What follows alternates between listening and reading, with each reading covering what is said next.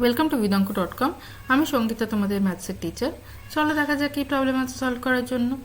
5x plus 7 is lesser than equals to 3x plus 9 হলে x এর সর্বোচ্চ মান কত, মানে x এর ম্যাক্সিমাম ভ্যালু কত হবে সেটা আমাদের নির্ণয় করতে হবে।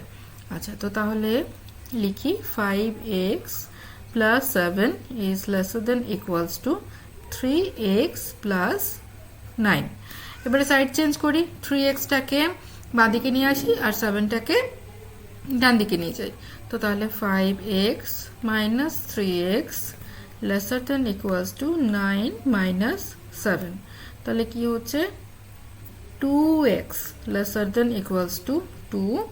তাহলে দুই দিকে ভাগ হয়ে গেলে 2 দিয়ে ভাগ করলে হবে x is lesser than equals to 1। তার মানে কি হলো, x এর ভ্যালুটা ইদার ইকুয়ালস টু 1 হবে বা লেসার দেন 1, মানে x এর ভ্যালুটা 1 এর থেকে ছোট হবে বা 1 এর সমান হবে।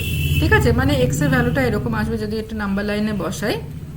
ঠিক আছে, এটা হচ্ছে 0, এটা 1, এদিকে -1 -2 -3 এরকম করে আছে, -4 -5, এদিকে মাইনাস যাচ্ছে আর এদিকটা প্লাস যাচ্ছে।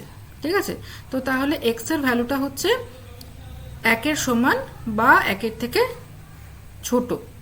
ঠিক আছে, তো তাহলে সর্বোচ্চ ভ্যালু কত হবে, x এর সর্বোচ্চ ভ্যালু তাহলে কত হচ্ছে 1 হচ্ছে।